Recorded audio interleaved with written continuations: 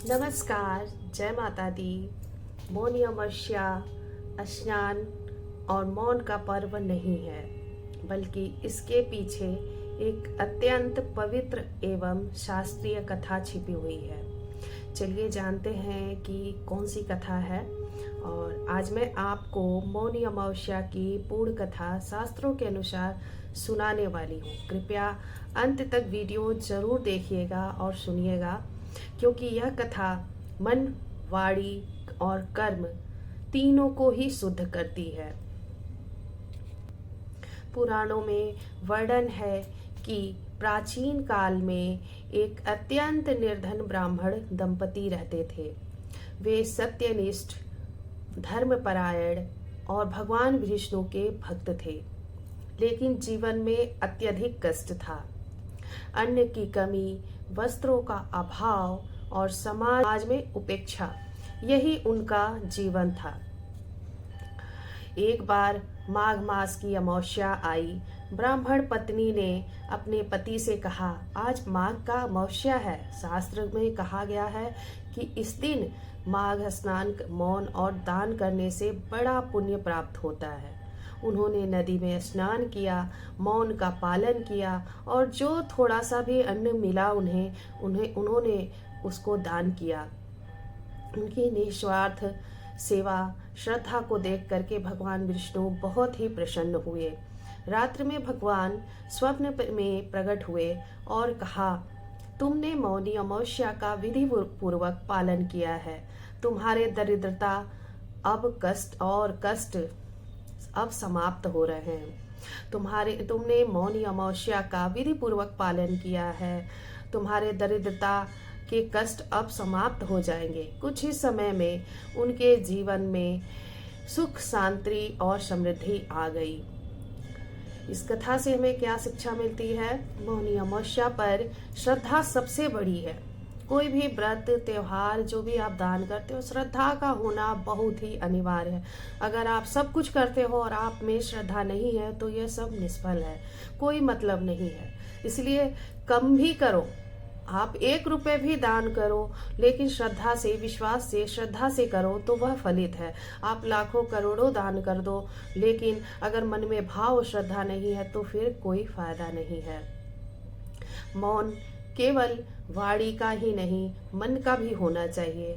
छोटा दान भी यदि श्रद्धा से हो तो महान फल देता है। पुराणों में कहा गया है, जो व्यक्ति मौनी अमावस्या की कथा को श्रद्धा से सुनता है अथवा सुनाता है, उसे के पापों से मुक्ति मिलती है, पितृदोष समाप्त होते हैं, जीवन में शांति की प्राप्ति होती है। श्री विष्णु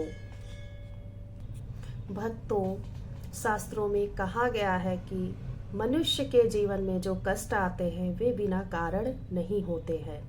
धर्मपाल ब्राह्मण के कष्टों का कारण उसके पूर्व जन्म से जुड़ा हुआ था। पूर्व जन्म में वह एक संपन्न व्यक्ति था, परंतु उसने दान में अहंकार किया, गरीबों का अपमान किया और अमावस्या जैसे पवित्र नदियों का अनादर किया और अमावस्या जैसे पवित्र दिन का अपमान किया। इसी कारण से अगले जन्म में उसे दरिद्रता और संतानहीनता का दुख मिला था। शास्त्र कहते हैं, अमावस्या का अपमान जीवन में शांति को छीन लेता है। इसलिए अमावस्या का हमें कभी भी अपमान नहीं करना चाहिए। साधु ने धर्मपाल को समझाया, वत्स, मौनी अमावस्या केवल उपवास नहीं बल्कि विचारों का व्रत है। उन्होंने बताया, मौन केवल वाणी का नहीं, मौन मन का भी होना चाहिए।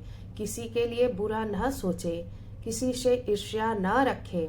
धर्मपाल और उसकी पत्नी ने पूरा दिन एक दूसरे से भी कम बात की, भगवान विष्णु का ध्यान किया और मन में ही भोजन किया और मौन में ही भोजन को ग्रहण किया। यह था सच्चा मौनी व्रत। कथा में वर्णन आता है कि जिस नदी में उन्होंने स्नान किया वह गंगा की ही एक धारा थी। शास्त्र कहते हैं, मौनी अमावस्या के दिन गंगा स्वयं करुणा का रूप धारण करती है।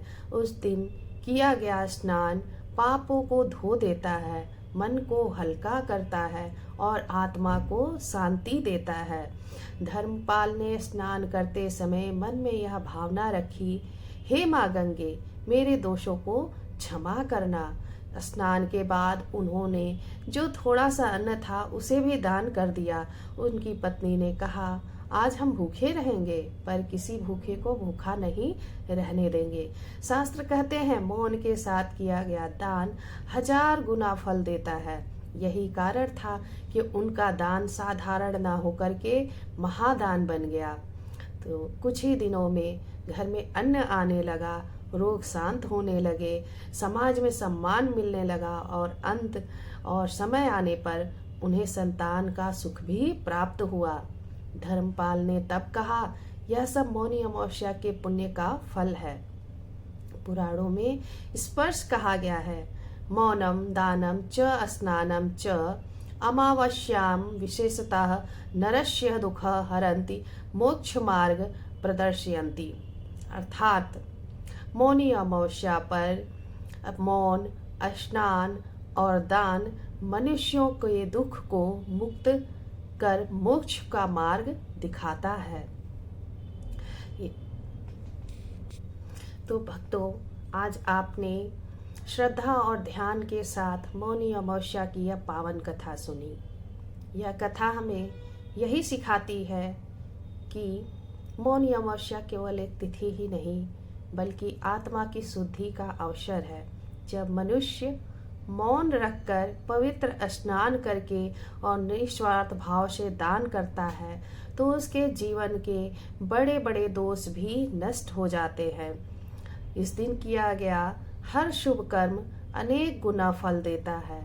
यदि हम इस दिन क्रोध, अहंकार और असत्य से दूर रहें तो भगवान विष्णु की कृपा निश्चय ही प्राप्त होती है।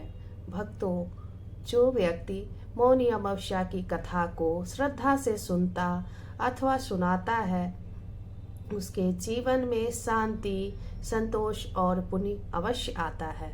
अतः इस पावन पर्व पर मौन, संयम और करुणा को अपनाइए और अपने जीवन को धन्य बनाइए। यदि आपको यह कथा अच्छी लगी हो तो इसे अपने परिवार और मित्रों के साथ अवश्य साझा करें। अगले वीडियो में मैं आपको बताने वाली हूँ मौनी अमावस्या पर स्नान, दान और पूजा की पूरी शास्त्रीय विधि। भगवान आप सभी पर अपनी कृपा बनाए रखे। जय माता दी। बहुत बहुत धन्यवाद।